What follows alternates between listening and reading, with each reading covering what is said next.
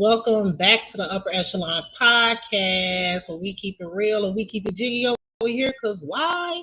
Because we ain't never ever scared. Hit that like button on your way in, hit the notification bell so that you can be notified of the next time I live stream or the next time I post content. Make sure that you're subscribed to this channel.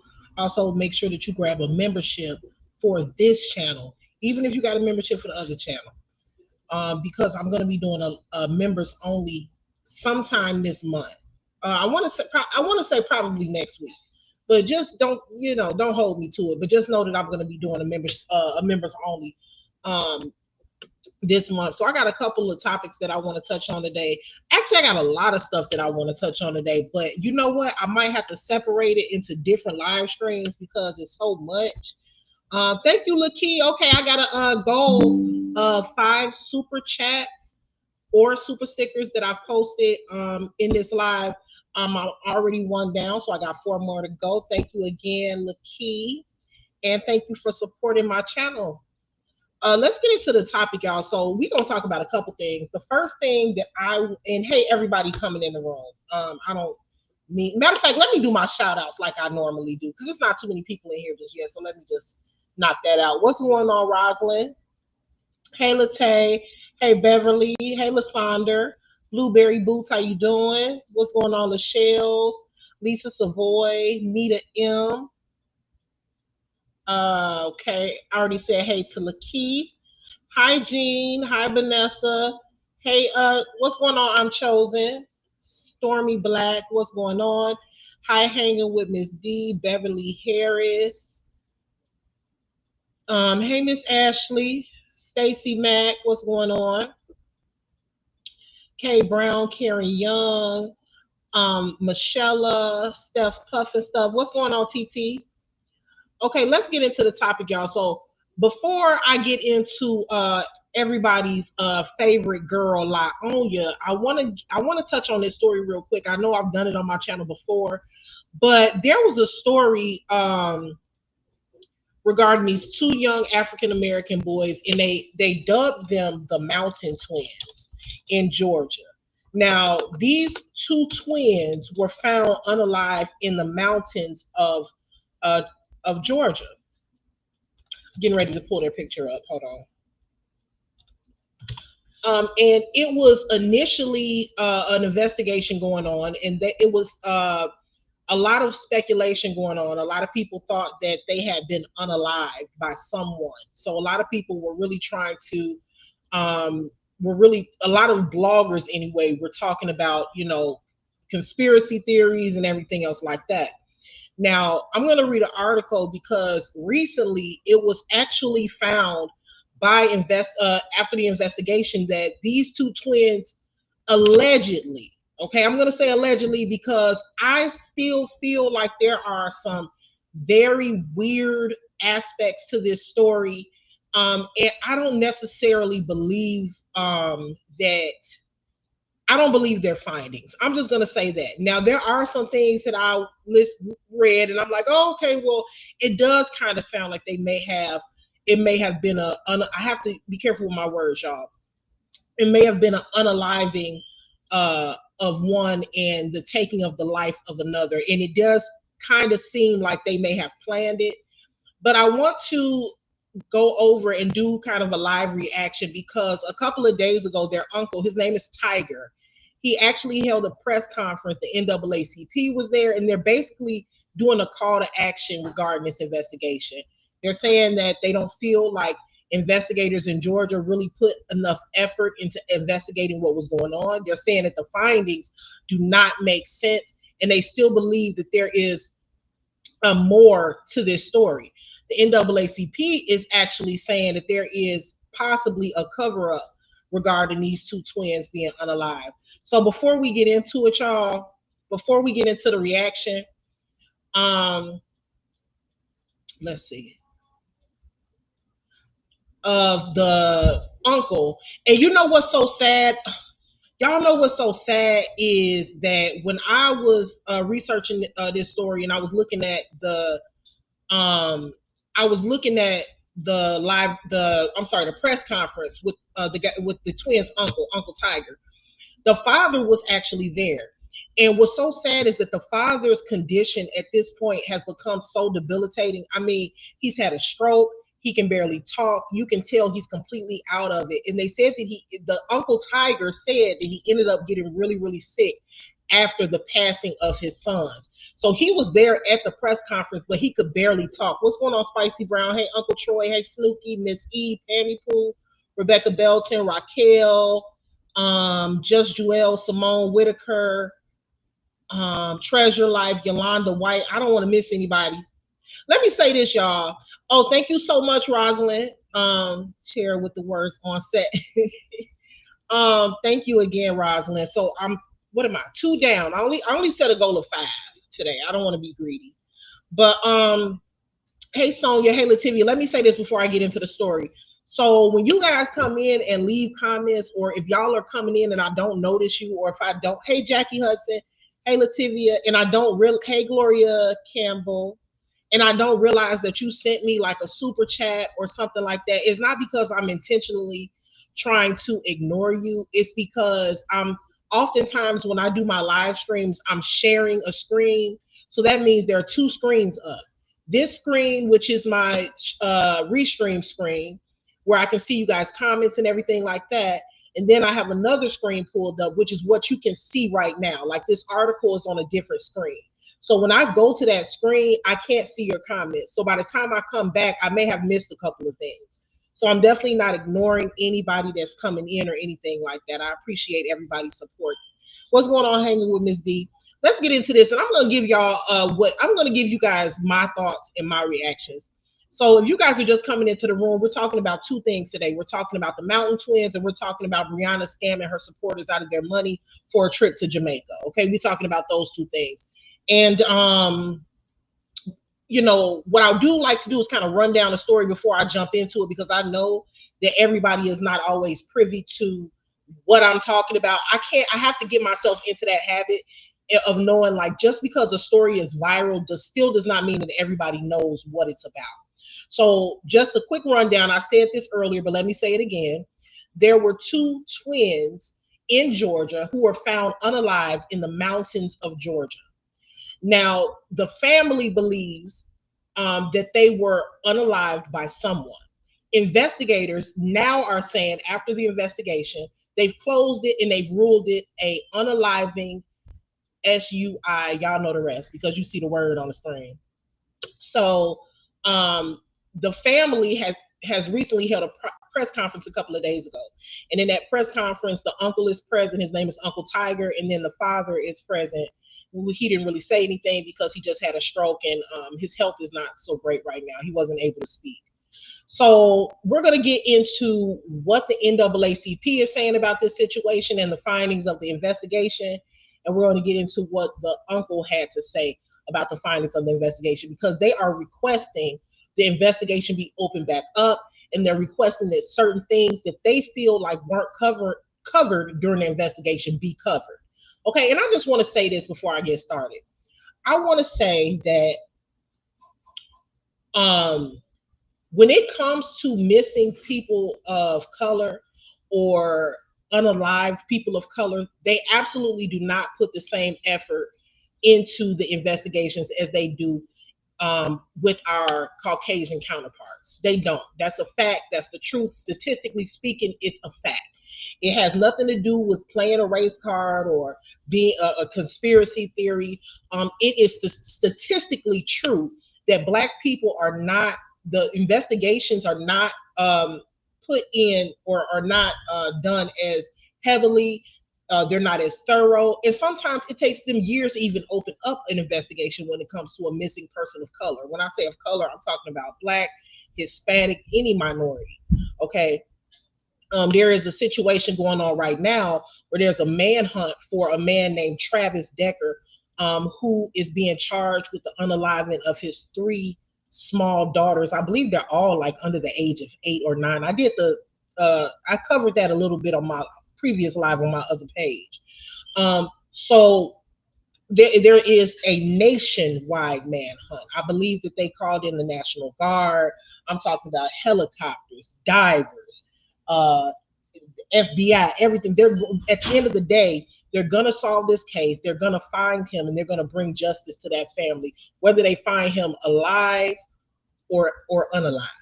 They're not gonna stop until they figure out where he is and get down to the bottom of it. Because you have three small blonde-haired Caucasian little girls who was unalive. They're gonna figure it out.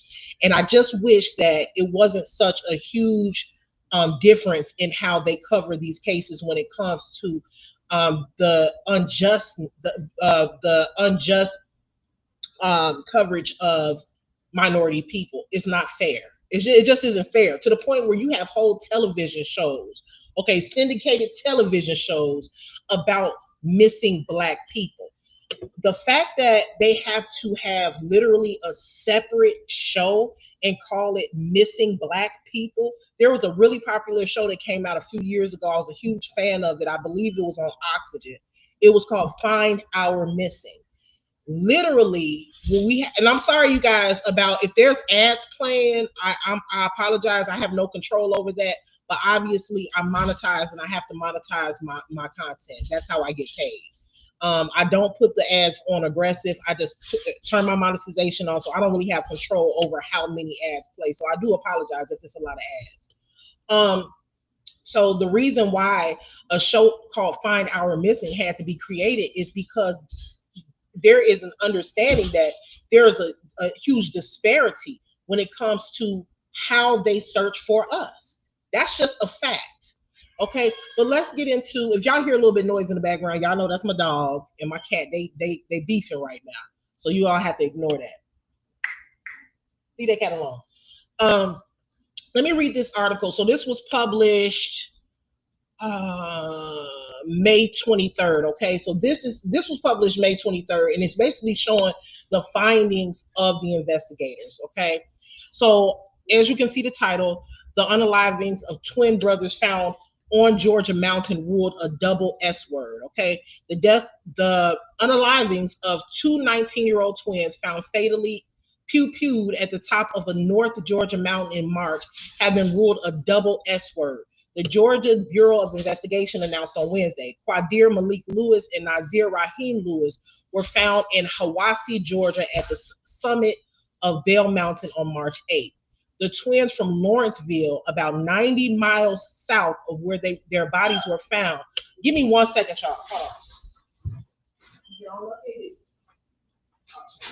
on. Where their bodies were found, had plans to visit their friends in Boston the morning of March 7th. That's the first red flag.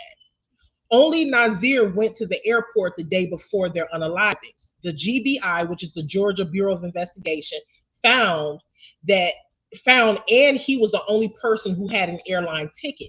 Nazir did not board the flight and returned home.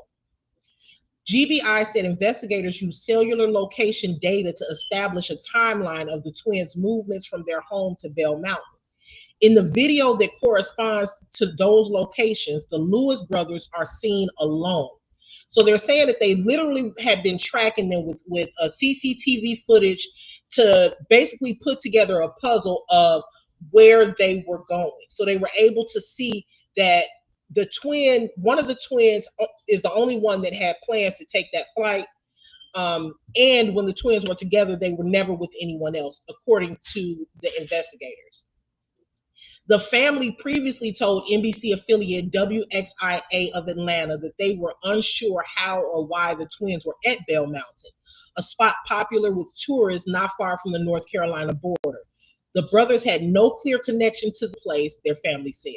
Forensic evidence showed that the Lewis brothers had discharged the pew-pew, according to the GBI. Records show Nazir purchased ammunition and delivered it to his home on March 5th. The brothers also made internet searches for how to load a GUN, 2004 S-word rates, and other related searches, the agency stated. The GBI said the investigation will be formally closed in the upcoming weeks. Investigators originally thought the twins' unaliving could be a M-word, S-word, a theory their family rejected. NBC could not immediately reach the Lewis family. They're very protective of each other. They love each other. Raheem Brower, an uncle, previously told NBC affiliate, they're like inseparable. I couldn't imagine them hurting each other because I've never seen them get into a fist fight before. The family organized a GoFundMe page for the twins, stating they were looking to hire a private investigator specializing in unaliving, okay, so the H word, to look into the brothers' unalivings. We know them. They wouldn't do anything like this. Their aunt Yasmin Browner, a co-organized the crowdfunding campaign, told WXIA in March. To say they did this to each other, no. Something happened in those mountains, and we want answers. So there are a few things. Let's look at a couple of things, right? So they're saying that they did their investigation. They said from the investigation, they found, number one, that it shows from forensic evidence that the Lewis brothers discharged a firearm. So here's the thing. Hold on, y'all. Give me 1 second, okay? The Lewis brothers discharged a firearm. Okay, so that's the first red flag for me, because this is supposed to be an unaliving / S word. I hope y'all are following me, because I got to use code words so that I don't get flagged on YouTube. So an unaliving / S word. So if the situation is an unaliving / S word, then that means that only one person could have handled that firearm, correct? Hold on 1 second, guys. Give me one moment.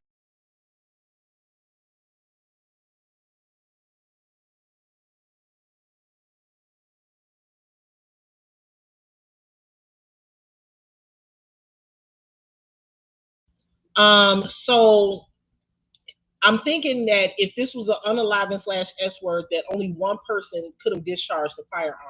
So I'm wondering why both twins would have tested positive for discharging a firearm after the forensics were completed in the investigation. Because if you are taking your brother's life, you're taking your brother's life, and then after that, you're gonna take your own. So wouldn't that be one person handling the firearm? I don't understand, because they're not saying that it was a S word, like they both took their own lives. They're saying it was an M word, S word, meaning one twin took the other's life, and then he took his own. So that would mean that only one should have tested positive for the firearm. That doesn't make sense. Okay, that's the first thing that doesn't make sense. What's going on, Auntie Pimo? I just explained that when you guys come in, I might not see because I'm on a different screen. But what's going on, Pimo? Hey, everybody else coming in the room. And then it shows records show Nazir purchased ammunition and delivered it to his home on March 5th. Okay, the other part. So these are the two things that they found during their investigation. That one of the twins, which is Nazir, purchased ammunition and got it delivered and took it to his home. The first part of the investigation, or the first clue in the investigation, which drew them to their conclusion, is that both twins had, it showed forensically that both twins had fired a firearm. It says that another part of the investigation that they found, which helped them draw their conclusion, is that the brothers had also made an internet search of how to load a firearm, or pew pew. I'll just say pew pew. Not only did they search that on the internet, but they also looked up what the S word rates in 2024 were. And it goes on very vaguely to say that they made other related searches.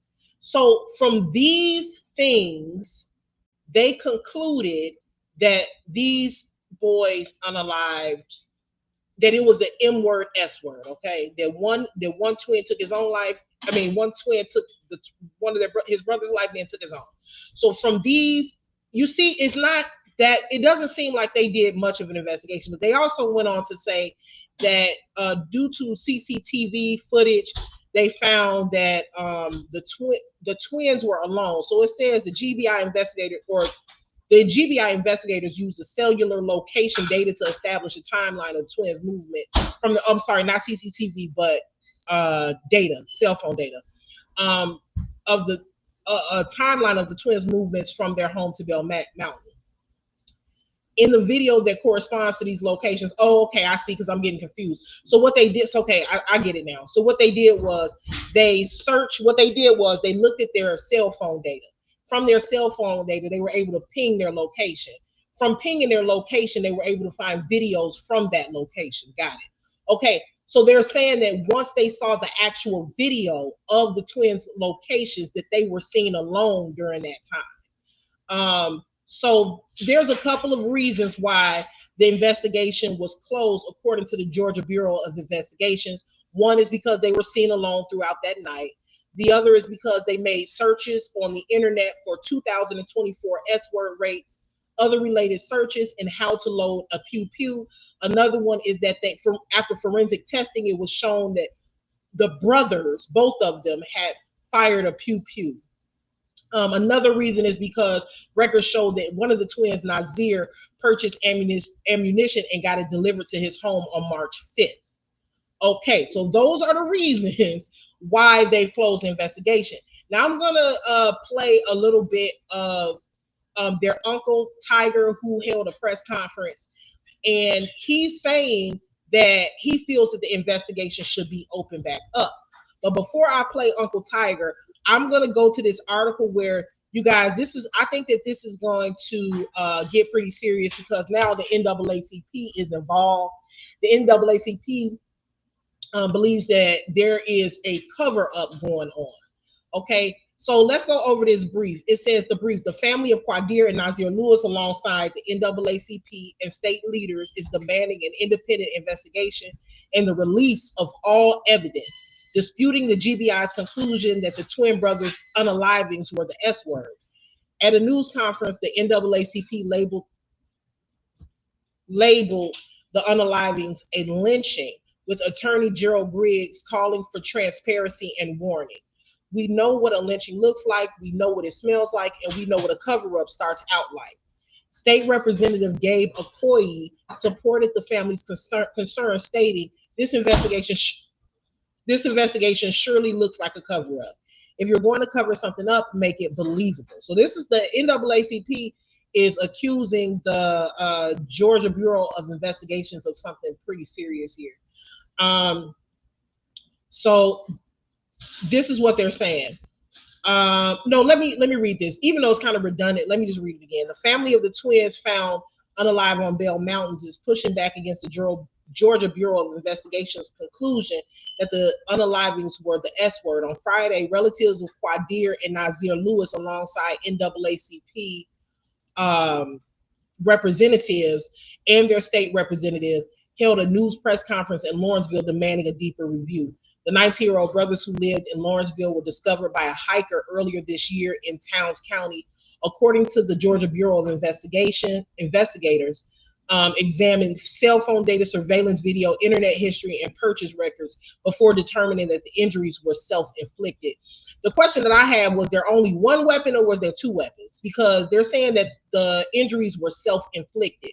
So I'm reading different articles and I'm seeing different things. Some articles are saying that the GBI is saying that it was an M word, S word, meaning that one of the twins took the other out and then took itself out. And then some of them are alluding to the fact that they both unalived themselves, which is also possible. But that's not what the initial article said. The initial article says that the GBI ruled it an M word, S word. Okay, so that's what the initial article is saying. So let me go down. So there's a little discrepancy there. I'm going to look up something else just to make sure. It says what they're saying. Give me one moment.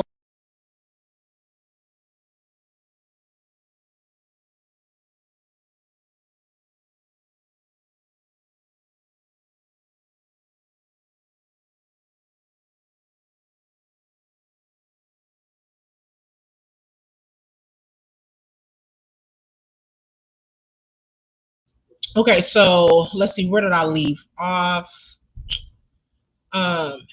Okay, so it says what they're saying. However, the Lewis family is challenging that the finding, asserting there are unanswered questions surrounding the unaliving. They are calling for an independent investigation and the release of all evidence in the case. This is just not our fight. It is a test of whether Black lives truly matter in this country. We will not rest until justice is served, the twins' uncle said at the news conference. The NAACP has joined the family in labeling the unalivings as a lynching and is supporting the call for a renewed investigation. So we stand here with the twins demanding the same thing we demanded for Ahmaud Arbery and others, a thorough, complete, and full independent investigation, because we find it very hard to believe the individuals who reside in Gwinnett County would somehow end up in Towns County on a mountain they knew nothing about and unalive themselves. We've been here way too many times in the 116 years that the NAACP has responded to lynchings. We know what a lynching looks like. We know what it smells like, and we know what a cover-up looks like. And so we stand shoulder to shoulder with the Gwinnett County NAACP and all the 100 branches of this association in Georgia in demanding that the GBI release all of the evidence. Now, let's be clear. I know the director knows the open records laws just like I do. If the investigation is closed, he has to release the file. So we are demanding that he release the file. Attorney Gerald Griggs, president of Georgia NAACP, said. Additionally, Representative Gabe Accoy echoed the family's allegation of a cover-up. So this is pretty serious. You got a lot of people that are standing together saying that this is a cover-up and something happened to those twins, and for some reason, Towns County or the Georgia Bureau of Investigation is covering it up for whatever reason. So it goes on to say this investigation surely looks like a cover-up. If you're going to cover something up, make it believable. Here are the questions that the family has and that the NAACP has. What happened after they left the gas station? Show us more videos. That's number 2. Number 3, since when does a 19-year-old who just spent money on a plane ticket to see his long-distance girlfriend all of a sudden choose to take his own life? Number 4, did they have a key to the unlocked gate at the mountain? Did they call authorities or emergency services to unlock the gate? Who unlocked the gate? That was one of the initial questions that I had, because I know that the gate to the mountains are open and closed at certain times of the day. By the time that now, here's the thing though, we don't know. Hold on, we don't know what time they got there. Okay, because I know at a certain time the gates are closed. So the question is, did they need a key to get in? Because the family is asking, did they have a key? Did they call authorities or emergency services to unlock the gate? And who unlocked the gate? But the question that needs to be asked is, was the gate locked? Because they have not confirmed what time that the twins actually, I haven't seen it. They may have, but you would think that for a place like this that has a gate to get in, that there will be some sort of surveillance cameras around that could show us what time they had actually got there. Is it possible that they didn't need a key to get in? So this is a lot, and I do think that another investigation needs to be opened up, because here's the thing. Here's the thing, y'all. If the gate was locked, now everything that I say is alleged, but you got to make it make sense.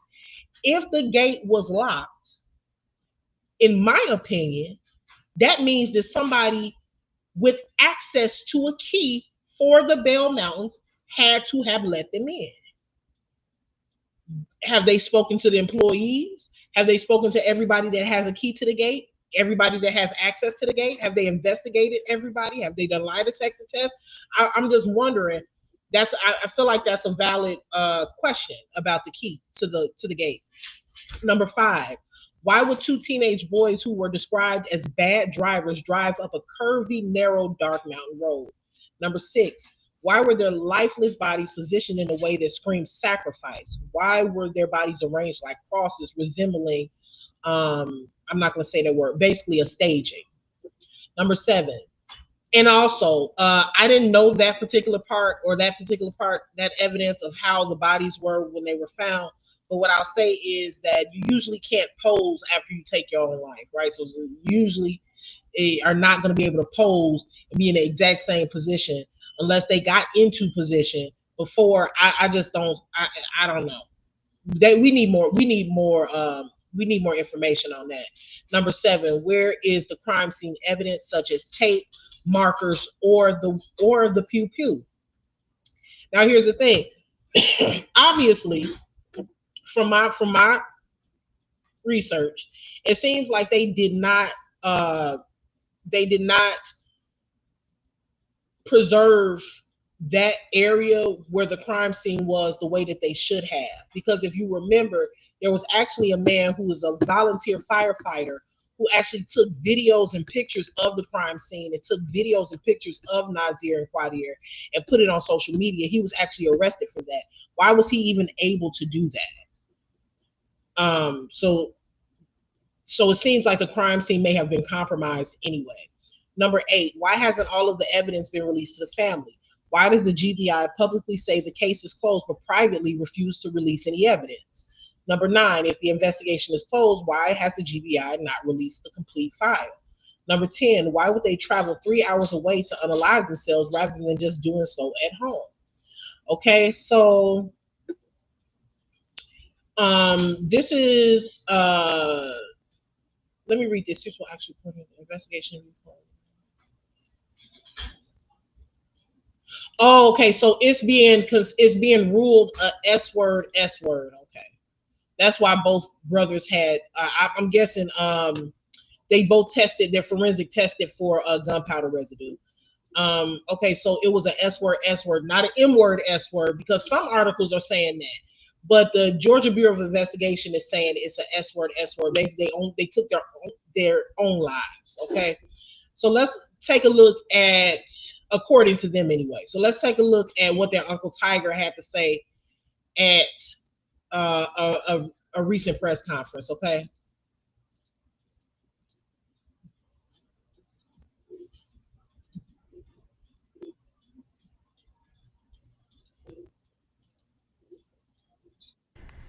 Okay. So Tiger, like the animal, Tiger, Uncle Tiger. That's what I go by. We have right here, Tyrese Lewis. Hello, how are you doing? So that's their dad. You can see that he's clearly not well. They said that he got sick during the investigation due to stress. He had a stroke. You can tell his speech is slurred. He's not really able to talk. Tyrese, as you can see, has had a lot of stress. He had a stroke. And then soon after the funeral, he's been in and out of the hospital. So we want to definitely thank the NAACP for standing behind us, standing with us. And let me let you guys know, because I heard it a lot. I heard it a whole lot. It was not the NAACP's fault as to why we are now sitting with them in front of you guys and talking to you guys, but out of caring for people as they do, they took the family's situation into consideration with everything. So they wanted to wait until Tyrese was well enough and out of the hospital to come and speak and introduce himself to you guys. This right here was the custodial parent, so his boys lived with him, and great father right here, raised his sons.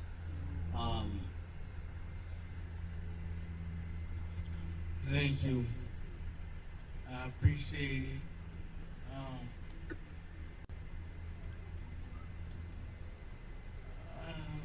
want to say, It's hard to understand what he's saying.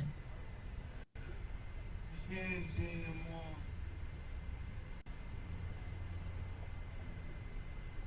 Okay. So I'm gonna read a statement from Tyrese and from what we call the bonus mother, also known as. I want to get to the point. The void they have left in our lives is beyond imagining. Nazir and Kadir were among many things: intelligent, loving, funny, kind, respectful, ambitious, independent, and resilient young men. They were driven and worked very hard towards their goals. Most importantly, they had the love and support of their families, relatives, and friends who cherished them. They even did things with the NAACP youth. Since the investigation began, we have sought to understand what happened that night. Almost 3 months in, and the answers we have do not make sense at all to us. As the investigation closes, we still do not have all of the answers. We want answers.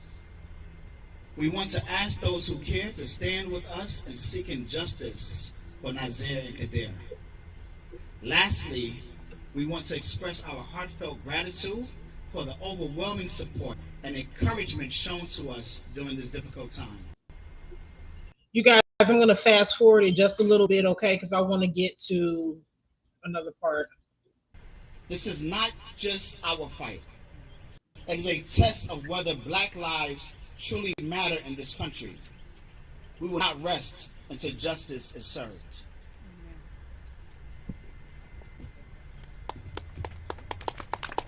Thank you. So, introduce yourself. This is the president of the NAACP, Gwinnett. First of all, I want to thank everybody for coming out today. I want to thank the media for covering this very important story. I also want to thank the members of the NAACP Gwinnett County branch, our state president, and other NAACP members that may be here that's a part of other branches here that we have here in Georgia. First and foremost, we want to extend our deepest condolences to the Lewis family, to the father, to the both mothers, to the aunts, to the uncles, aunties, cousins, and friends who are in mourning for this unimaginable loss. Words cannot fully express the pain and heartbreak felt by everyone who knew and loved these young men. Now let us be clear. There can be no real justice in this case. These young men cannot be brought back, and no legal outcome will ever restore their lives. However, what we can and must pursue is the truth and accountability. We must understand exactly what happened to them and how they ended up in a place they had no known reason to be there. At this time, the NAACP Gwinnett County branch is demanding a full and immediate release of all evidence held by the Georgia Bureau of Investigation. The GBI cannot speak out of both sides of its mouth. It can't publicly say the case is closed, but privately say that they will not release all of the evidence to the family because they're still investigating the case. This lack of transparency is unacceptable. We're also calling for an independent investigation. The GBI and Towns County law enforcement have demonstrated time and time again that they cannot be trusted when handling cases of mysterious death of young Black men. Our organization is committed to truth, transparency, accountability, especially when it comes to how law enforcement investigates deaths of Black people. We will not rest. We will not be silent. We will continue to fight for these young men and their families until the full truth is brought to the light. Thank you.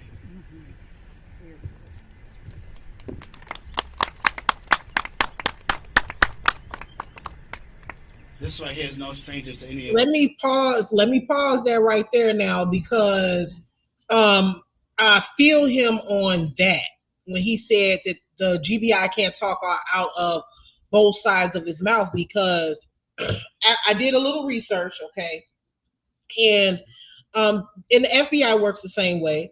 So any Bureau of Investigation works the same way. It says here that the Georgia Bureau of Investigation, I'm not going to pull it up because there's no need for that. What's going on, D-Ham? Hey, discussion board. Blessed Beyond Measure. Hey, everybody else that came in.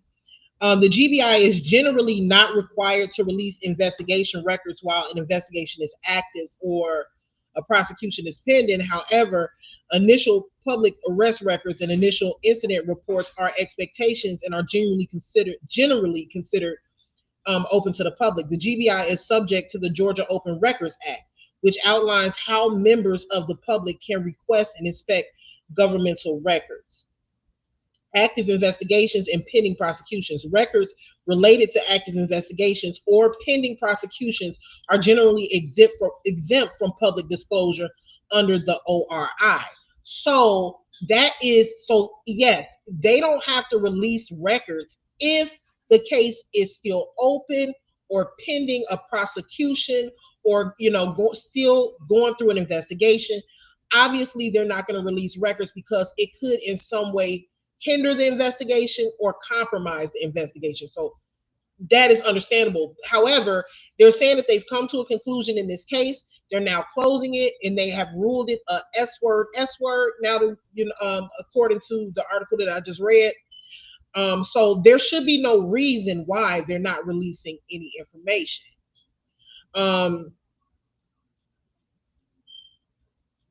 It goes on to say, it's kind of redundant. These records are typically considered public records and must be released under the ORI. The ORA, dictates how the public can access GBI records. It also specifies what records are exempt from disclosure. Even when investigations or prosecutions are not active, certain types of records may still be exempt, such as those protected by attorney-client privilege. Okay, so we do know that all records cannot be disclosed, such as records that are attorney-client privilege, which would be considered confidential. However, there is no attorney-client documentation here. This was an investigation. From the jump, I feel like from the jump, the GBI was leaning towards that this was a S word, period. I feel like that's what they want. That's what they kind of, I ain't gonna say that's what they wanted it to be, but that's what they thought it was. And sometimes when you go into an investigation where you already have a preconceived notion of what something is, that you're going to be investigating it as if that's what it is, instead of keeping an open mind, like it could be this, it could be that, this could also be the reason. I feel like they went into the investigation with that as their on their mind as far as what happened. The GBI has an open records unit that handles requests for information under the ORA. The GBI is also required to provide records as required by subpoena. The GBI DOFS may release records when required as a part of an independent investigation. The GBI may release records to attorneys in the legal division under certain circumstances. It says records in an active investigation or pending, I already read this, pending prosecution, other than the initial public arrest reports and initial incident report, are not required to be released. So that's it right there. Okay, so the case is closed, meaning that they do need to give the family the documentation and the records from the investigation to see. The thing about it is the family wants to know exactly what was investigated. Us or to any of you. So here's attorney and president of the state conference of the NAACP, Attorney Gerald Griggs.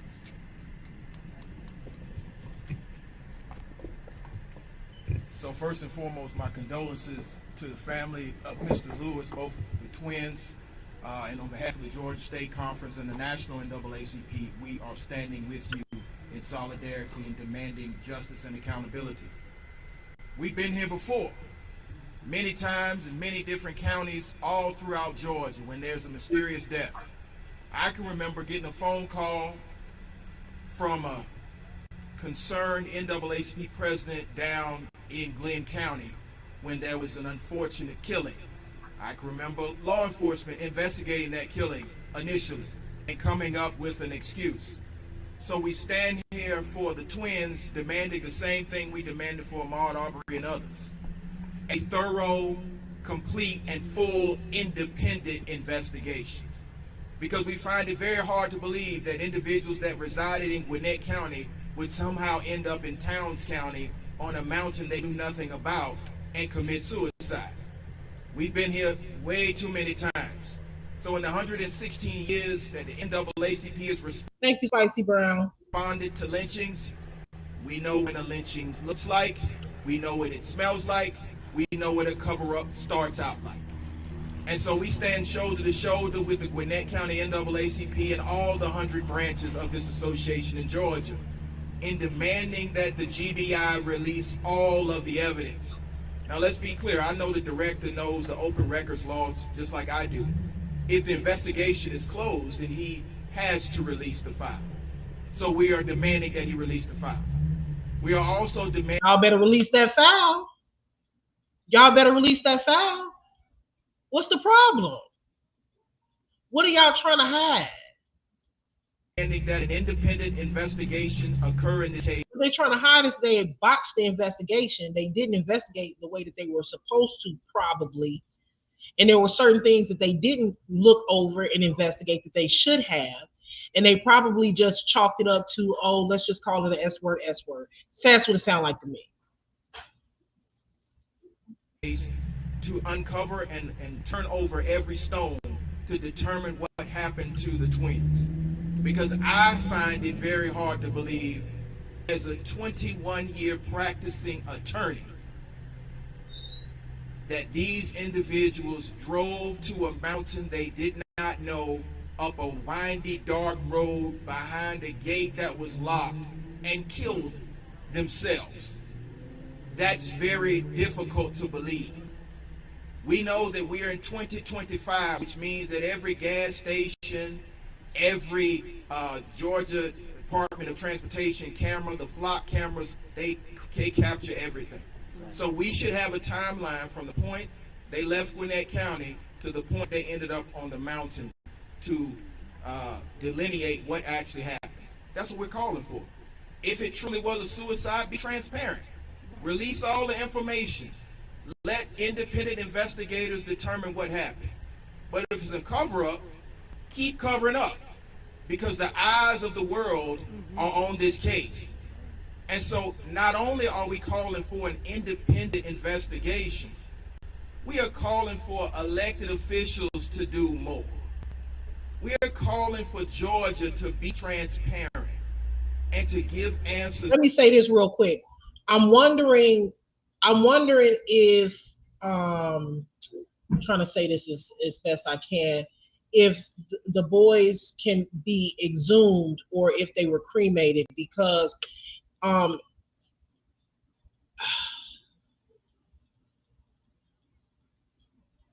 don't know. I don't even know if that's still possible, because the bodies have been manipulated too much. But I don't know. I don't trust what they're doing here. I don't trust that they're not releasing the records. I feel like that they are being evasive, and this obviously is just my opinion, but just due to the behavior, what is the problem? Why won't you give the family the records from the investigation? Why do they have to go through getting the NAACP involved, getting attorneys involved, going public, calling the news? Why can't y'all just give them the damn stuff? So that's in itself makes it seem like y'all up to something. So I'm not trying to make no accusations, but the family could possibly feel like y'all could have planted pew pew powder residue on both of the twins. We don't know. You could just be saying that. I don't know. They need to see all of the video footage. They need to see all of the cell phone data. They need to see all of the Google searches that the twins made. They need to see when exactly the twins made it to the gate. They need to see the reports from the autopsy. They need to see the reports from the forensic investigation, from the crime scene investigation. They need to see every single thing that y'all did to make sure that these boys receive the investigation that they deserve. So y'all, it's only right. It's only right to give this family these documents for closure. It's not right that they're holding it. They shouldn't have to go through all of this. To the Lewis family, So first and foremost, we're calling on the GBI director to have a direct conversation with this family and walk through all of the evidence. Secondly, we're calling on the governor to empower independent investigators to look into this case the same way you did in the Ahmaud Arbery case. Because it's important that not only does Black life matter, but every single incident of a mysterious death in this state should be thoroughly investigated. And if it turns out that somebody has done something afoul of the law, they should be prosecuted to the full extent of the law. So we're calling on the governor to impanel a special investigatory panel to determine what happened in this case. And lastly, we are tired of families having to come to civil rights organizations to force law enforcement to do their job. That's right. This is the job of law enforcement. And so we want to make sure that law enforcement knows that in every case, we are watching you. We will hold you accountable. You need to be transparent and accountable to the citizens that pay taxes and the families that entrust their loved ones, 19-year-olds, to your care, concern, and protection. And so on behalf of the Georgia State Conference of the NAACP and on behalf of the National Board, we have eyes on this case because we are done dying. We are done with the excuses. We are done with you sweeping things under the rug like we aren't watching. So again, the ball's in your court now. We hope to hear directly from the GBI director about a meeting to go over the evidence, the complete file with this family. If you truly say that the case is closed, and you will be getting an open records request. You have 3 days to respond. Otherwise, we'll be in this courthouse or others. To the governor, it's time for an independent panel to investigate this case. And to law enforcement, it's time. They gave them 3 days to respond. This was this press conference took place 2 days ago. So now they got 24 hours, if that. But my question is, why in the world, and I'm gonna keep saying this, do they have to go through all of this to get some doggone investigation records if y'all ain't got nothing to hide? What is happening? This is why something.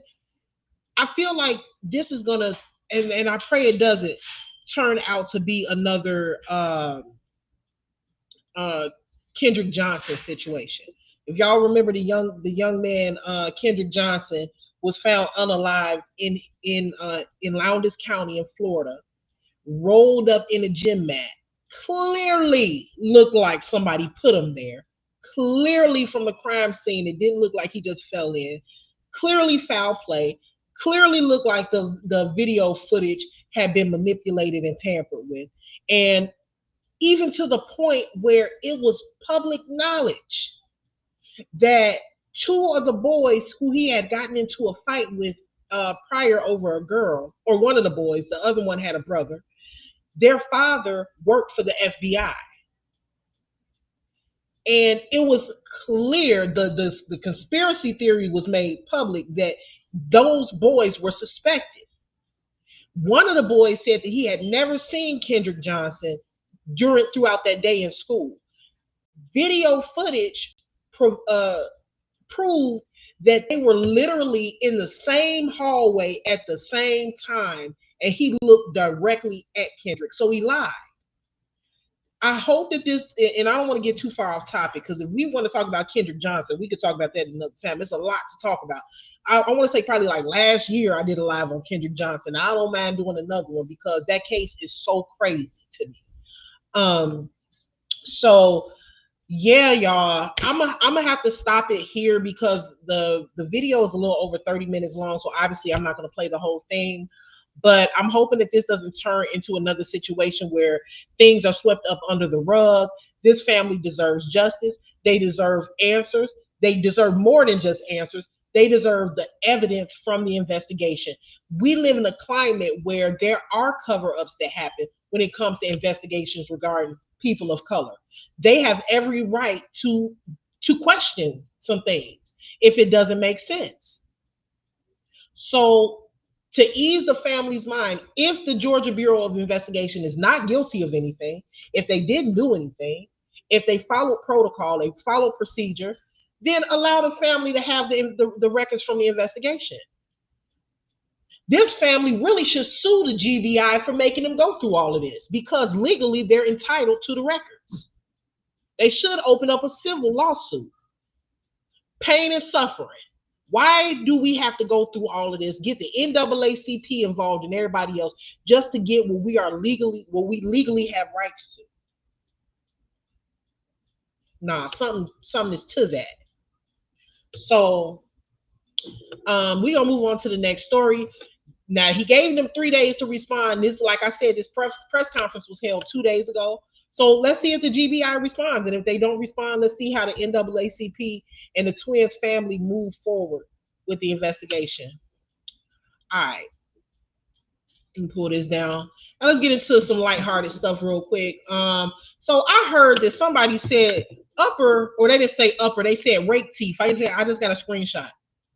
Rake Teeth is mad because LaOnya, well, they didn't say LaOnya, but you know that's what I call her, because Brianna was able to get an attorney and go to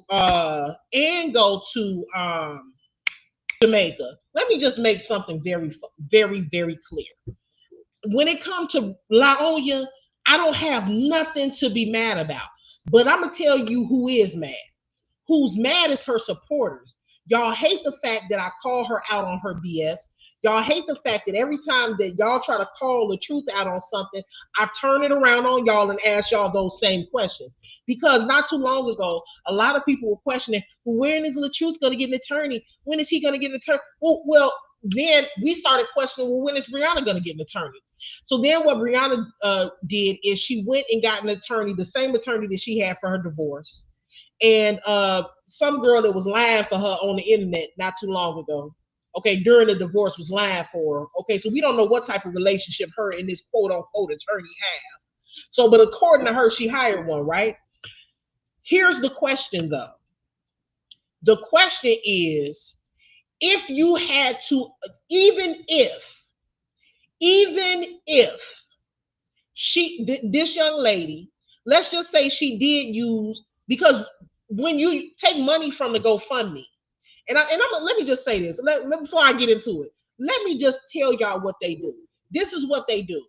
Her supporters, this they scare tactic.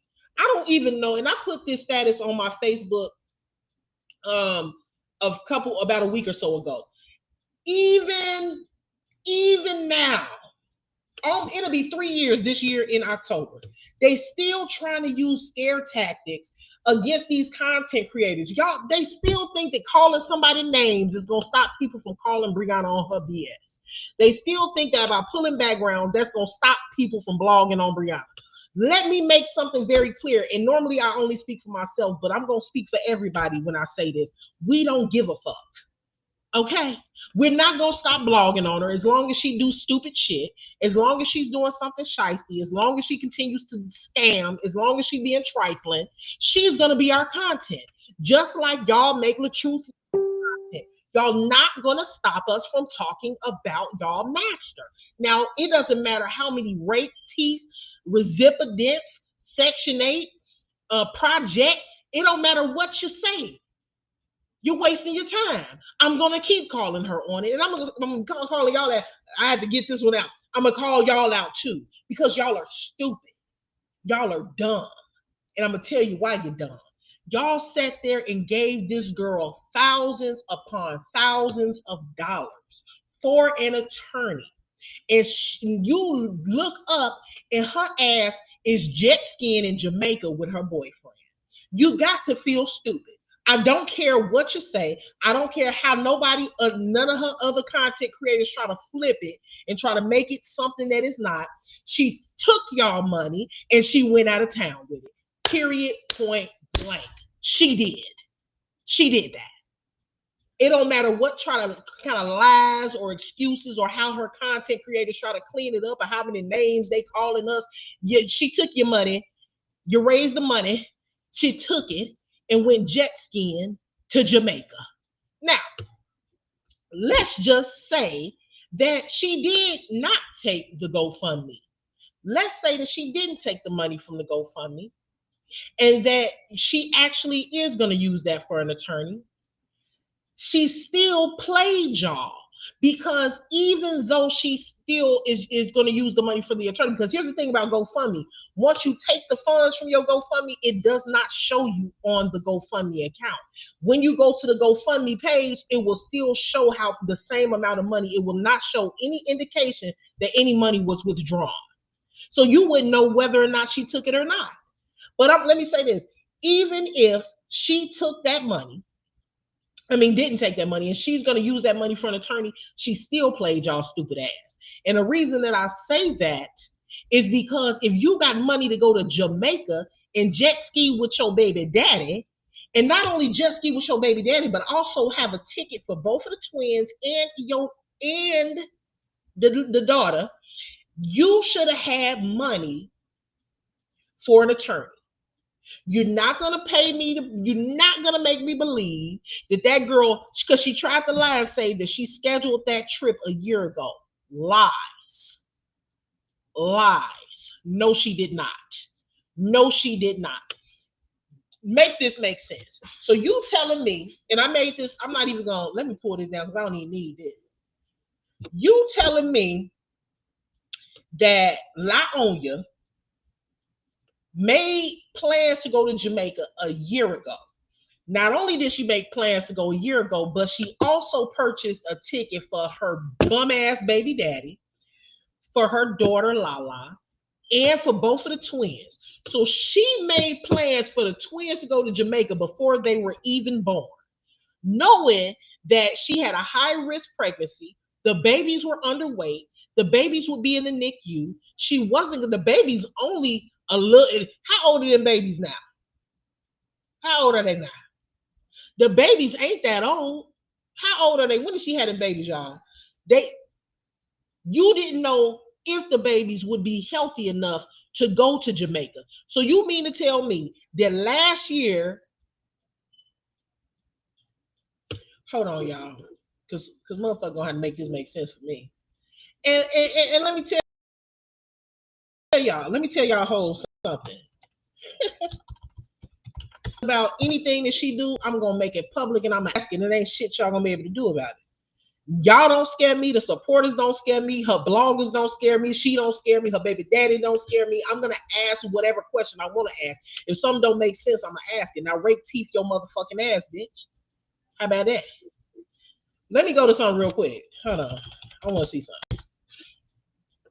Because she gonna have to make this make sense for me. Because ain't no way in the world that you sat there and booked a ticket for two. And then, okay, so then when I said that, right, one of her lackeys, let me see. Hold on. One of her lackeys got in my inbox, right? And they was like, she didn't have to pay for the twins because you don't have to pay for no and I'm like, oh my God, these people are so dumb. Hold on, when did she have the February? She had the babies in February, right? So they're about 4 months old. I'm trying to figure out why she's flying these babies all around the country and they only 4 months old, or all around the world and they only. But that's neither here nor there.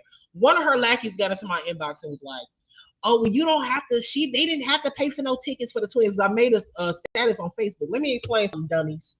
To the slow bus crew.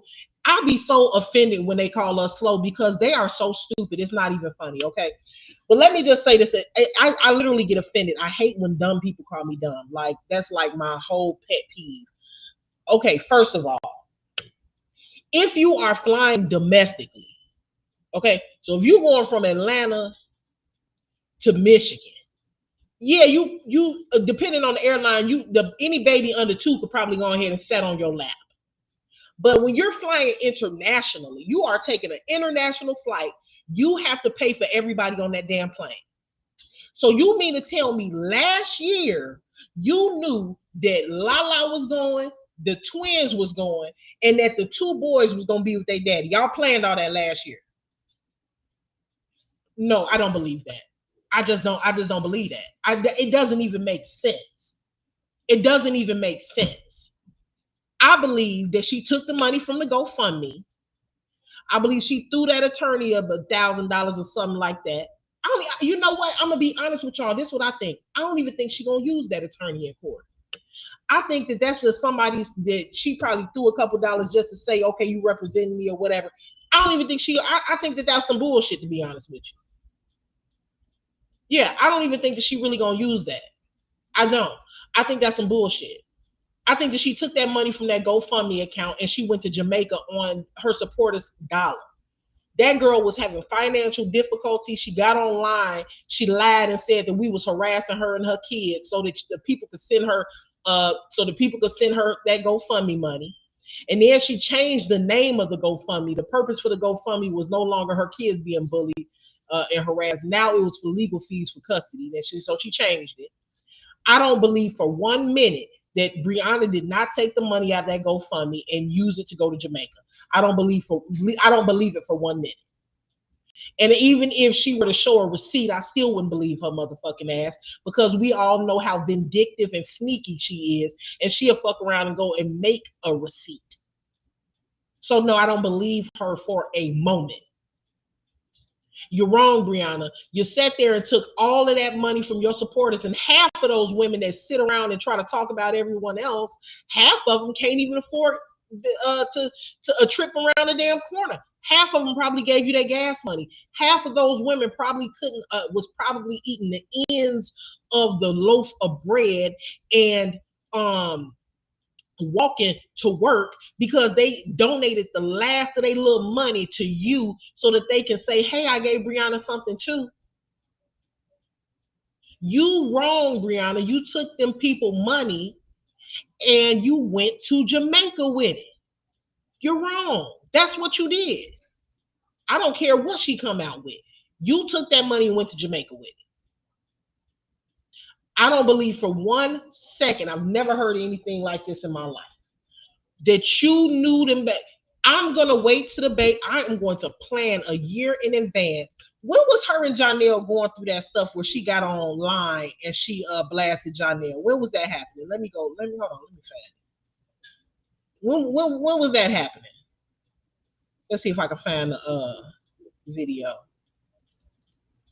Let me see.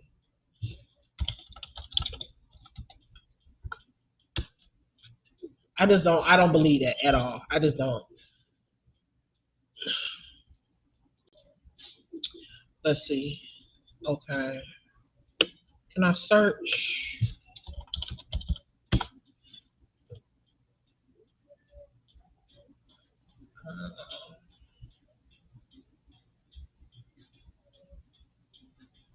When was that going on? Anybody know? Let's see.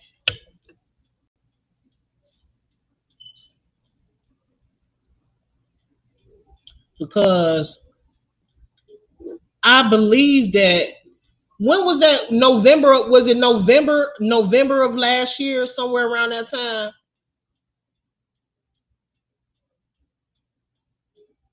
That was in November, I think.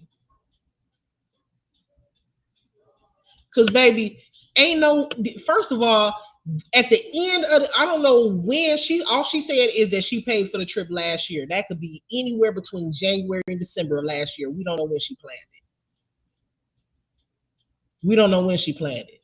But I tell you what, if I planned the trip earlier, and you can only plan a trip so many months out.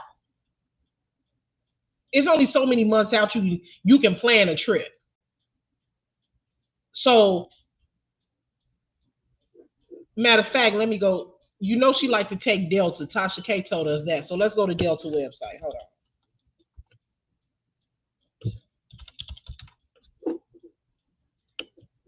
Now, if y'all have ever taken a trip with a baby internationally, maybe I'm wrong. And if I'm wrong, correct me if I'm wrong. But last time I checked, you cannot take a small lap baby under the age of 2 years old on your lap without paying a ticket for a ticket, a flight ticket.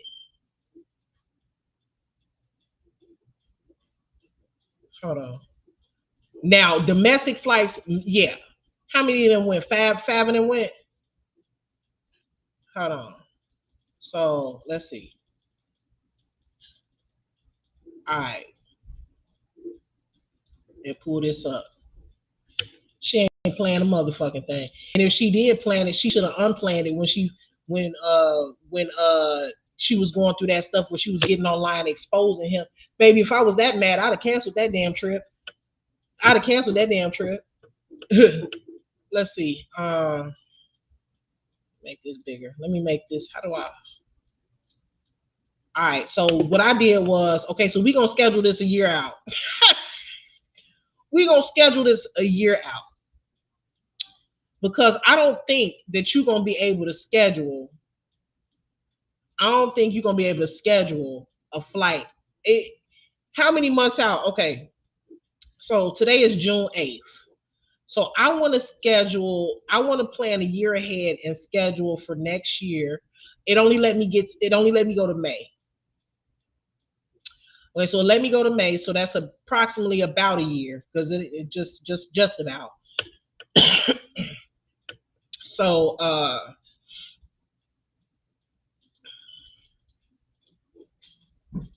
schedule this a year out.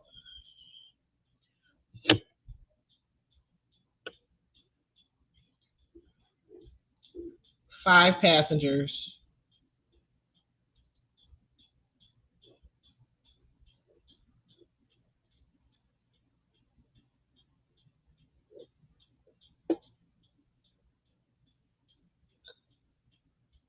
Well, we know she didn't go first class.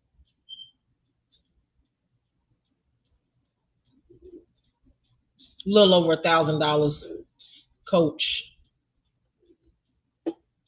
And then not to mention when you get there, you're going to pay for activities. This is just the flight. This is just the flight, y'all. So don't get it confused, okay?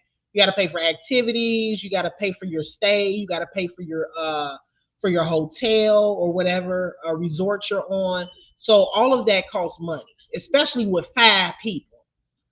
Okay, I just don't believe it, and y'all really gotta chill calling people the slow bus, because if y'all really believe that this motherfucker really scheduled for her twins to get flew out to Jamaica before they was born, y'all are special.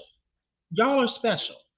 What she did plan was take that trip 2 months ago and said, let me put up a GoFundMe and then take Ja to Jamaica for his birthday. That's sad. That's really sad that she using y'all money like that. She's using y'all money to fly, not even just well, it's wrong either way. But the fact that she flying out a nigga that she just publicly came out and said was whooping her ass is even worse. The same nigga that came out and said, the same nigga that she came out and said was whooping her ass, spitting on her, punching the kids, strangling her in the car. Her feet was dangling. The police got involved. All of this stuff. You paying for him to go to Jamaica? That's even worse. Not only that, but if you're I don't care what nobody say. Ain't no way that you only take a couple of your kids to Jamaica and leave the other kids at home. I'm sorry, that's not right. That's not right.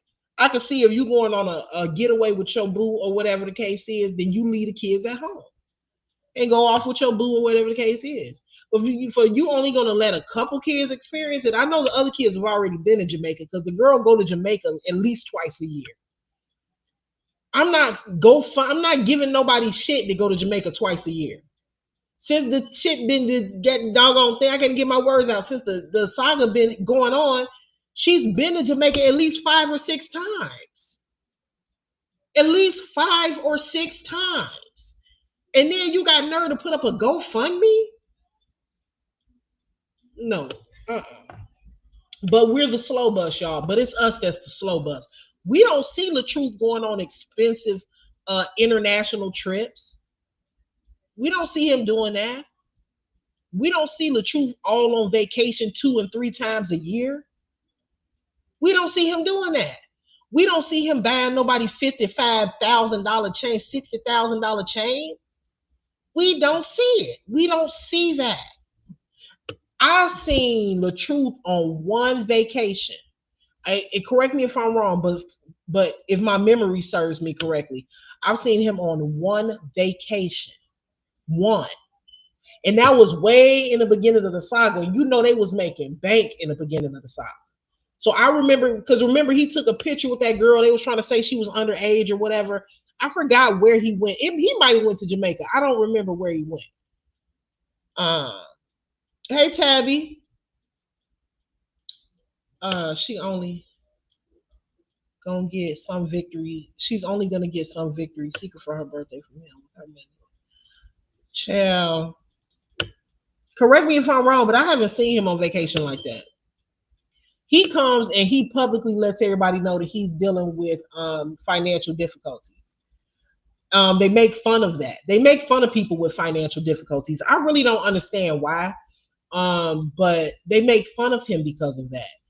But then you got Brianna, who was just live making fun of people for getting evictions, making fun of people for not being able to pay their bills, blase, blase. But then she got a GoFundMe posted. You got to feel like a complete asshole to send somebody your last because they say that they need an attorney, only to turn around and see that person jet skiing in Jamaica. Even if Brianna didn't use that money, which I believe that she did, even if she didn't use the money, she still paid to go to Jamaica. And then no, it wasn't a year in advance. No, it wasn't. Only Boo Boo the fool would believe that shit. Oh, the mama went too. And the mama was there too, huh? So yeah, you gotta be a damn dummy to believe that. But let's just entertain it. Even if she didn't use the money, if you had enough money to make a trip to Jamaica and you didn't do it last year, you did it this year. Even so, you had enough money to do that, you should have had enough money for an attorney. So you spending all your money on recreational activities, doing it big, living good, going on trips, at least 2 to 3 vacations a year. And then you got the nerve to turn around and ask your supporters to donate to your GoFundMe. But they want to talk about LaTruth because he's having financial hardships. That doesn't make, if anything, y'all need to be wondering why she's going on all of these damn vacations, sending her boyfriend on all of these damn vacations. But she needs y'all to help her get an attorney. So see, the same thing that y'all can ask LaTruth, you can also turn around and ask Brianna. You can also turn around and ask her those same questions. She's a scammer. Thank you, Miss Linda. Even her own supporters and bloggers said that she be scamming people. Yeah. Remember when she did that back to school drive? She did that whole, not the back to school drive. What was it, y'all? She did some type of fucking, who knows what type of scam, because I'm not a scammer. So I get confused on these scams because I be forgetting how they work because I don't scam people. But she did some sort of scam. She promised that she would be giving money to her supporters. But she never, and she did this whole thing where she was trying to make it seem like she was being generous and she was giving back. And she turned around and gave to the people who she was cool with. She's a scammer and a liar. That's it. That's all she is. And then she's so concerned. Let's talk about this. She's so concerned with getting custody or keeping custody of her daughter, and to the point where she got a GoFundMe set up where people are sending her money only to turn around and push the court date back so that she could focus on her boyfriend. How do y'all feel? I just want to know. How do y'all feel supporting somebody to where they set up a GoFundMe for thousands upon thousands of dollars because they trying to make it seem like they care so much about custody for their daughter, only to skip court and go to Jamaica with a abusive boyfriend. I just want to know how y'all feel about that. How do y'all feel donating to somebody like that? There's so many people out here that are dealing with homelessness and hardships and all type of stuff that can be donated to. You know, she be scamming the shit. Yeah, she do be scamming them. And this is also what I want to say. Her supporters, for some reason, think that people going through financial hardships and homelessness and everything else is somehow a joke or funny. It's funny that they laugh at people who deal with homelessness and evictions and hardships and financial difficulties and car repos and unemployment and everything else. But then they'll turn around and do content on giving out free food to the homeless and going to the communities under the bridge, helping out the homeless. Nobody believes this fake advocacy bullshit that people are doing over there just to make themselves look good. Because if you can do fake ass advocacy, giving out dinners to homeless people that's living under a bridge or living in tents or going to these communities, these tent communities, because that's what I call them, to do community service, and then get on that same platform and make fun of somebody because you think they being evicted, you full of shit. Yeah, people forget what they advocating for. Yeah, people forget what they say that they stand on. So, that's why I call all of Breonna's supporters fake ass advocates, because they done changed their advocacy way too many times for me. Way too many times for me. At this point, just say that y'all want to lick her ass and let's move forward, because you know damn well that she used that money to go to Jamaica, and y'all don't care. As a matter of fact, y'all like being scammed. Y'all want to be scammed. Y'all don't care if y'all being scammed or not. Just so long as you can say that Breonna hasn't blocked you from her pages, just so long as you can continue to be a part of the cult, you don't care whether or not the money is going to attorney, to Jamaica, or to wherever else, or to Booger Boy or who. You just want to support in any way that you can. If you supporting her and staying with her abuser, you will do that. It's just sad. It's sad at this point. And another thing that I want to say, I've seen so many videos and content on the truth, and y'all remember when I went live not that long ago? I'm gonna tell you, let me answer this real quick. Why the hate for helping less fortunate? It's not about hating people for helping the less fortunate. It's about people that help the less fortunate only to turn around and make fun of somebody for going through hardships.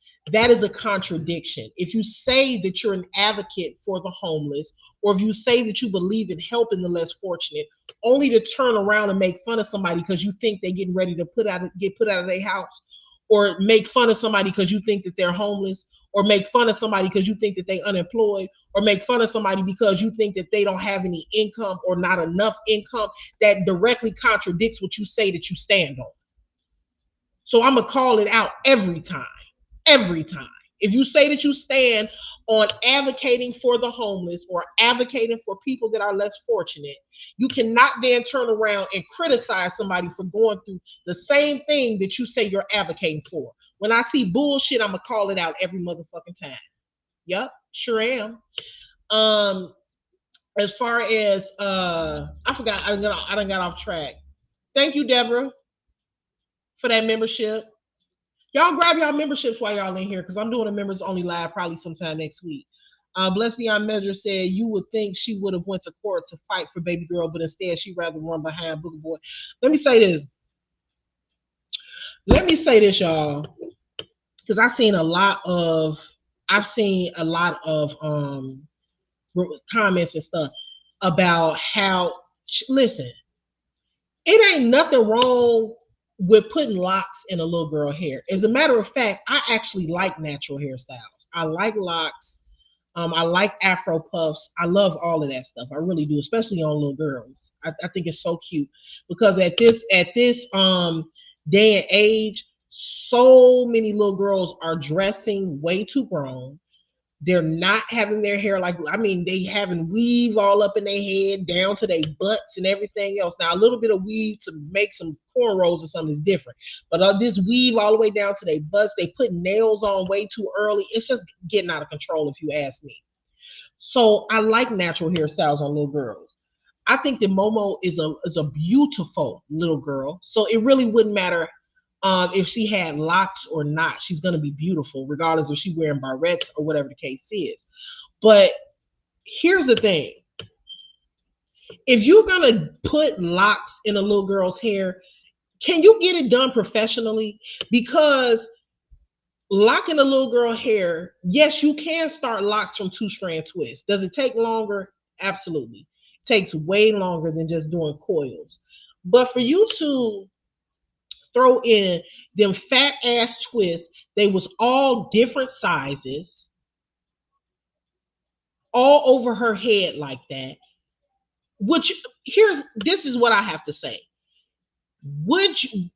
Don't send your child out in a way that you wouldn't step out of the house. If you wouldn't step out of the house with 7 fat ass twists on top of your head, and you go to the salon and make sure that all of your knotless braids are the same size and all of your cornrows are neatly in place and all your lace fronts are on point, why are you making a little girl step out of the house with 7 to 10 fat ass 2-strand twists in her head, talking about they locks and nobody better take them out? See, then they turn around and criticize LaTruth for getting his, not this time, but the last time he had some braids put in his daughter's hair, beautiful braids, done very, I think it was braided to the side, like almost like an lemonade style. They criticized him for that. She criticized him for that. She said, thank you, Ray Ray. I appreciate you for that membership. She said that the baby hair gonna fall out due to the braids, even though we found pictures upon photo upon photo upon photo of the little girl with weave and braids in her head. Even pictures with weave when the baby, that when they wasn't even together, that she got done. She took the baby to the salon and got weave braids put in her hair at one point. But as soon as LaTruth did it, it's a problem. So her supporters tore him up about them lemonade braids. But y'all don't have nothing to say about her throwing, you couldn't even see any parts. Throwing 10 braids in that little girl head and sending her on her way talking about nobody better take them out. I would have took it out expeditiously. Is y'all crazy? Did y'all see that girl head? I wasn't gonna say nothing because every time you say something, they try to make it seem like you making fun of kids. First of all, saying that she shouldn't have 7 to 10 twists sitting up on top of her head like that is not talking about kids. It's talking about her motherfucking mom, because she doesn't have a choice on how she wears her hair because she's a child. She has to wear however the mama tell her to wear it. Now you know you wrong for sending her out like that, but you got fresh cornrows up in your head for Jamaica. And don't nobody say nothing about that. That's crazy. I was like, like I wanted to do content immediately when I seen that. I said, what the hell did she put in this girl's head? I knew LaTruth was gonna take that out of her head. I knew he was. I knew he was gonna take it out of her head. I knew it. There's no way in the world that he was gonna leave that in her head like that. It wasn't even neat. There are locticians. I don't know if she trying to do the Jay-Z freeform locks or whatever. I don't know what she was trying to do. When you decide, okay, I want my kid to have locks, unless you can do them professionally yourself or have some sort of knowledge, you take your child to a loctician. There are people that specialize in natural hair and locks. You don't sit there and throw 10 fat ass twists on top of her head like that and say that they're locks. Those weren't locks. That's something that you threw on top of her head because you didn't fucking feel like doing her hair. And I would have took that shit out of the oldest daughter's head too, because those are not locks. They don't look good at all. At all. You got all of this money to go to Jamaica. You get your hair done every 2 damn weeks. Your nails always damn done. Every time we turn around, you got new clothes on. You're always spending money on this and that. Take them to a loctician and get some if you want them to have locks, then get them installed. It's about $300 to $400 to get locks installed.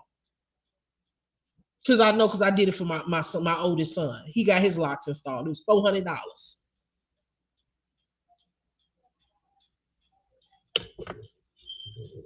Well, it might have been that much for him, because I ain't gonna say it's gonna be that much. It was that much for him because he got small extensions attached at the end, so it costs a little bit more because like he got extensions. But for them, just for some starter locks, $150 to $200 for some starter locks. That's it. Take them to a loctician. Get them some starter locks, because when you do that, see, this is the advice that people should be giving her, but they're so focused on us and try to debunk everything that we do and say that they completely skip over the fact that y'all supposed to be supporting her. Y'all be over here listening to what we have to say. What we're saying is what y'all should be telling her. If you want the little girls to have locks, take them to a loctician. The loctician is going to do what you call a grid. Sam will show you. Matter of fact, I'll pull it up because I used to have locks. I'm gonna pull it up. There's different grids that you can get. I mean, it's actually it can be cute. Hold on. You can get triangles. If you want the parts to be triangles, you can get triangles. You can get diamond parts, and they're so neat and so pretty. You can get squares, just basic squares. And there's so many pretty styles for little girls with locks. I mean, if you want them to have locks, then why not do it right? Why not do it? Because I don't want nobody to think that I feel like there's anything wrong with girls having locks, because I don't. I think it's gorgeous, as a matter of fact. But look, I mean, could you imagine how beautiful? Look with what's the baby name? Lauren, Lala, if she got something like this, these are sister locks. So these take a long time to do. They start like this. Hold on, how can I turn the music off? They start like this. Okay, this is how you start them. And look how pretty that is. You see how neat that is? I don't know if I can yeah, but I don't think I can. Let me see. Let me try to pull this up. Hold on. I'm just giving an example of like what can be done when it comes to little girls and locked hairstyles. There's a lot of stuff that can be done. They don't have to walk around looking like homie to climb. Look at this. Look how pretty that is. You see how neat that is? It takes time, but look at that installation. This is what if you want her to have twists, invest in her and get her some twists, some starter locks. Get her some starter locks if you're gonna get her. If you know, do if you're gonna do it right. Then you got the baby daddy over there throwing that bullshit in the oldest daughter head. Look at this is what it should look like if she were to get in there. These are not, her hair is clearly not locked yet, but it's going to lock. And as it locks, look at how neat her parts are. This is a professional job. You got money. You was just making fun of everybody else for having evictions and all of that shit. You got the money. Why not spend it on the girls and get their hair locked if that's really what you want? But if you're not going to get there, if a mother really wants her daughter, thank you for the super chats and super stickers. I'm so sorry. It's because I'm on a different page. I don't see it. Because thank you, Raquel. Thank you, JJ. A mother that really wants her daughter to have their hair locked, they're going to take them to the best of the best.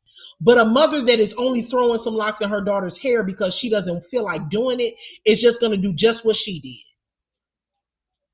Gonna do just what she did. Just throw 5 fat ass twists up in there. Let me find another. Let me see. And then it's so many different options. I like, and then you don't have to get you don't have to get them that tiny. You can get them like this. Hold on, let's see. I don't want my Let's see. So this is what. Let me show this. Because if they don't want to get them that small or whatever, you can get them this size. Now this is a young lady that went in. She had loose hair, and she was getting her locks installed. And this is what the final result pretty much ended up looking like right here. Now, of course, it's going to start off as coils because it's not locked yet. But these aren't small. They're on the larger side. But look how neat they are. Look at how uniform they are. Everything is the same size. All of the parts are uniform. Everything looks good. Look, I mean, that's a boy, but everything looks good, but still, it doesn't matter. Same thing. Hair is hair.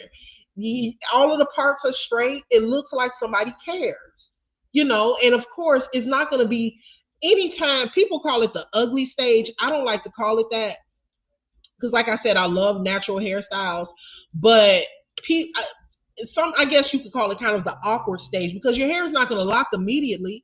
So of course, if you're starting out with 2-strand twists or if you're starting out with coils, that's what it's going to be because it's not locked yet. So of course, it's not going to be locked yet. They have to, your hair has to start going through the matting and the budding process. But at least while through that stage, make it look like you do is go, damn, damn, I could have did a better job than that. Like that's pathetic. But then y'all want to sit around and talk about this man for taking his daughter to get her hair braided. That's crazy. Are y'all insane? Hey Aisha, thank you. Aisha said she don't need to put that in her hair because she won't keep them up. Her money goes to her and those cartoon characters climb. That's true. Now I'm gonna agree with that because once you get your locks installed, you have to keep them up. You need to keep, especially those itty bitty ones. But see those little tiny, I don't even know if they were small enough to be considered sister locks, but they look like they were. I don't know. But even those itty bitty sister locks, you might not have to go back as often as your traditional locks. However, you do have to get them retouched. And I think they use a different method for sister locks. I think they use like a crochet needle to tighten them, to tighten those up. And it takes a long time. And it's not cheap, it's not cheap. It's not. Locks are expensive. Once you dedicate into getting your hair locked, you have to keep it up, keep up. It's not just because you think I don't know why people think locks are low maintenance because they're really not. They're really not. It's expensive if you want them done right. You have to keep your hair oiled. You have to keep your hair clean, moisturized. Sometimes you got to go through a whole process of getting the lint picked out. I know I had to pay extra for a detox. I said, what the fuck is a detox for my son? They said, to detox them because sometimes just washing them doesn't get them clean. You got to literally, they sat there and soaked them. I think they use, I forgot what they use, some type of clarifying shampoo, apple cider vinegar. They even use some Dawn.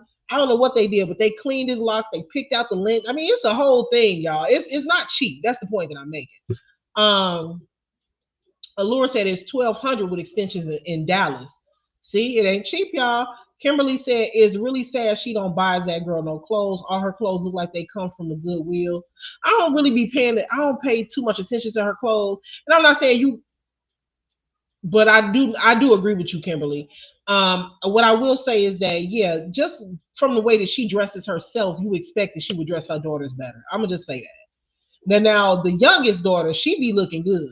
And I'm pretty sure that's because LaTruth always buying her clothes. They tried to make fun of the fact that he was taking her shopping at Walmart. Oh, those little $5 dresses. That ain't shit. Well, it's more than a mama doing. You see how good that girl look? Hold on, let me see. Hold on, let me see something. Let me go to the truth page. Do you see how that little girl look? That little girl look good. I mean, because she's supposed to be with her daddy for 2 weeks, right? I'm talking about she looked like a whole new person. I mean, she already cute, right? She a pretty little girl anyway. But I'm talking about every time you see her on the internet, every time she got her hair done, her skin is moisturized, her face is shining, she's smiling, her legs got grease on them. You know when a child is being taken care of. This girl be looking good. You can tell her daddy is taking care of her. You can tell. You can tell. Let's go back to how she came to her daddy. I ain't even gonna put that on my page. I don't even want to show nobody how she came to her daddy house because that shit is embarrassing. Let's just say that right now, in the present moment, she looks great. Look at her. She has on the cutest outfits when she's with her dad. She's always coordinated. She's always outside. Her hair is always done. Her scalp is always greased. She always got Vaseline on her face. She taken care of. He doing a damn good job with that little girl. And the way that they criticize him, but have nothing to say. So y'all ain't gonna say nothing about the fact that girl, she put 5 fat ass 2-strand twists in that girl head, sitting on top of her head like that. Y'all know y'all fucked up. Y'all know damn well that the way that she looks when she's with her dad is better. Y'all know that. We all black. We all black. We know what it means when a baby face shining. Anytime that he's making sure she's clean and she's presentable to be on camera. And I can respect that. I can respect that. He took time out of his day to take her to the beauty salon and get her hair done. I can respect that. But they have so much to say. Look at this. Hold on. And I'm finna get off because I don't know if somebody else going live, but I've been on live at past my target time, which is 1 hour 30 minutes. But come on now. Look at how beautiful that hairstyle is. Look how good she looks when she's with her father. And I'm not even, like I said, I would do a compare and contrast, but I'm not going to embarrass that baby like that because it don't even matter how she came. She look good now. She's too pretty to be walking around with 5 sideshow bob twists in her fucking head. Brianna, you bogus for that. You bogus for that. And your supporters sitting there not saying shit about it is even worse. Ain't got nothing, not a damn thing to say about how why would you send somebody? Everybody know that everybody knows when it comes to a little girl and your little girl is going to the daddy's house for a little while. You put in a style to where it's gonna look good for however long she gonna be there, and ain't nobody gotta mess with it. Normally, you put cornrows in or twists in with beads or something, some sort of protective style to where the daddy don't gotta worry about it. The daddy ain't gotta touch it. Ain't nobody gonna, if it's summertime, it'll be okay if she's swimming or gets it a little wet. If she's gonna look good for her duration of her being there. Most mothers do that. But you literally sent her over there with them ununiform, raggedy twists up in her head and had the nerve to call those locks. Everybody that is a part of the lock community should be offended that you tried to say that those are locks. Those were not locks. That is, you probably detangled her hair and put 6 twists in there. And I keep changing the number of twists, but y'all get the point. Oh, yup. And took her to get a mani and a pedi. Come on. And took her to get a mani and a pedi. He, as the father, is teaching her how important it is to keep herself looking presentable as a young lady. He dresses her appropriate. Brianna is teaching the girls how important it is for her to keep herself looking presentable. That's the difference. That's the difference. And see, the thing is, they get mad when we call that shit out. But it's the truth. It's the truth. Yeah.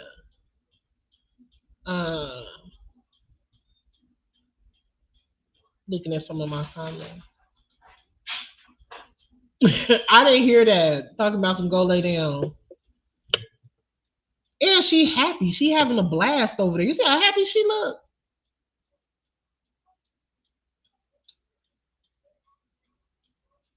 Because I remember she was like, I hope don't nobody take it out of her head. Girl, bad. I would have took that shit out in the first 24 hours. Even if I didn't take her to the salon, because I know how to do little girl's hair. I know how to do ponytails, twists, braids. I could hook a little girl up, baby.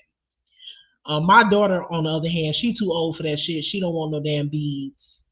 and all of that. So she likes her knotless braids, and she like her what's it called, her silk presses and stuff like that. But when she was younger, I used to actually enjoy doing her hair.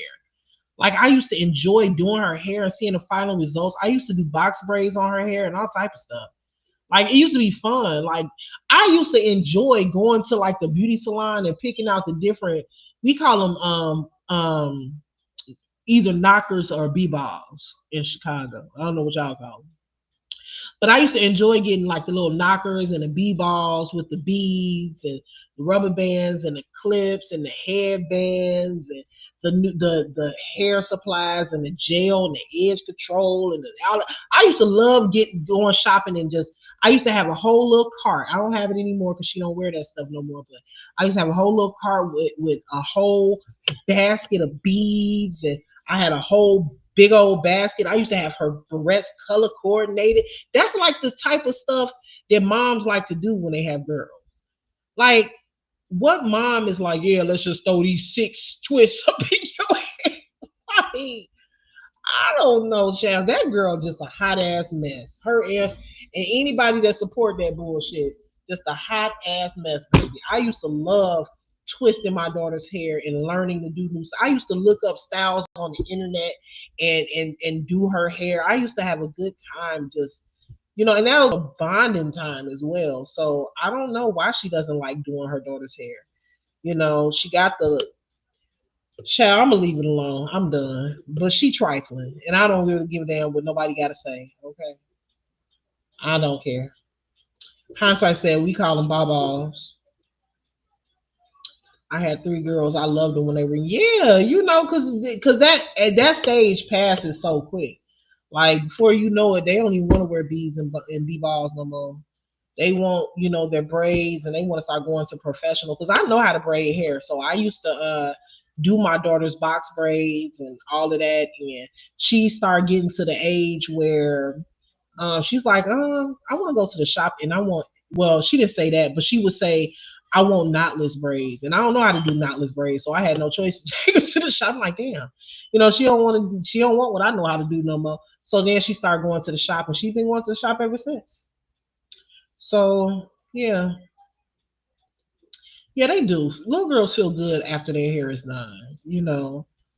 And then especially when they're when they're Lala's age, she's at the age where she's very conscious of how she looks. Very, trust me.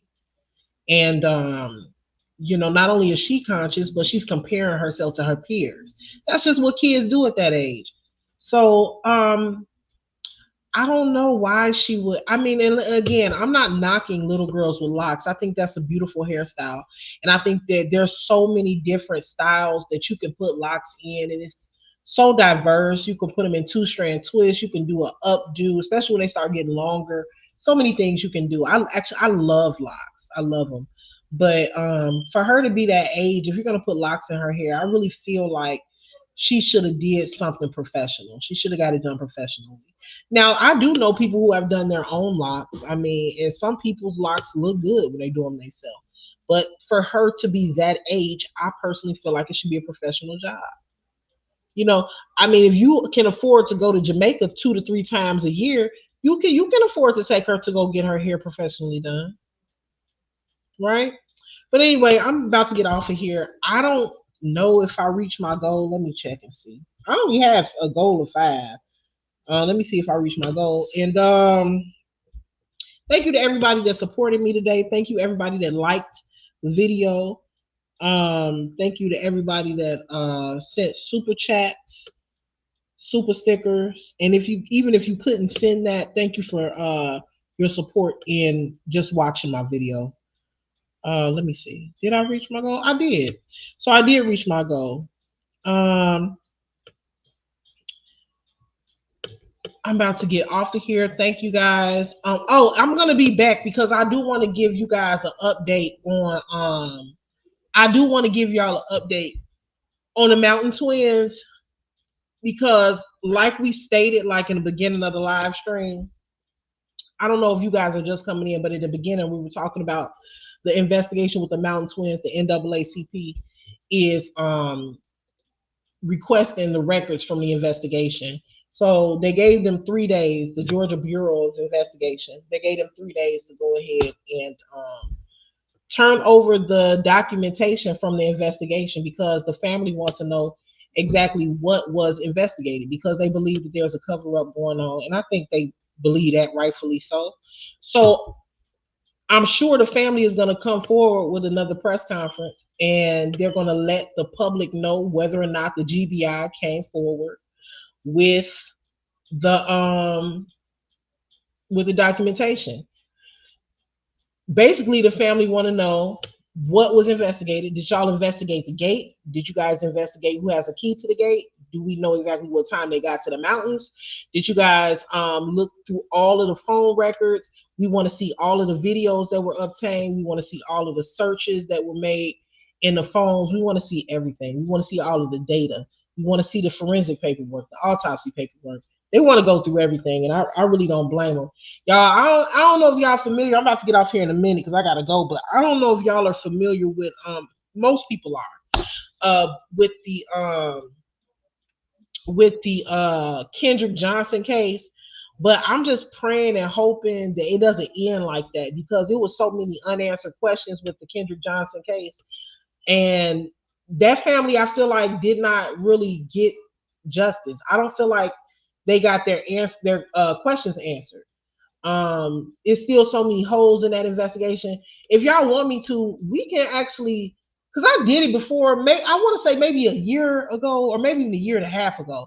I did a live on Kendrick Johnson, but if y'all want me to, we can come live again at a different time and talk about that case and like what the investigation looked like, why there's like a conspiracy going on, what was weird about it. Like I told y'all, the young man that he fought at the school, his father is actually employee of the FBI. And a lot of people thought that that was a cover up. If you look at some of the surveillance video from that day that Kendrick Johnson was found unalived in the gym, you could tell that the video was heavily manipulated. So, sad case, to say the least. Very sad case.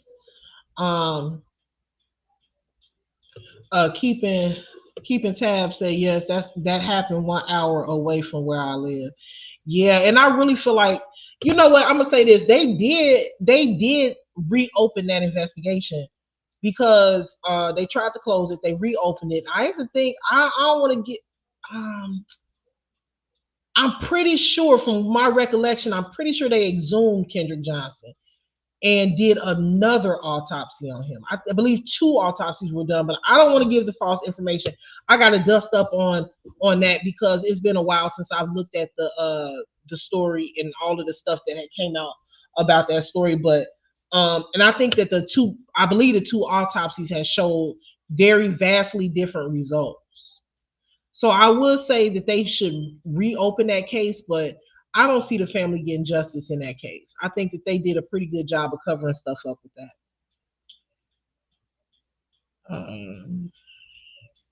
Thank you, Floria.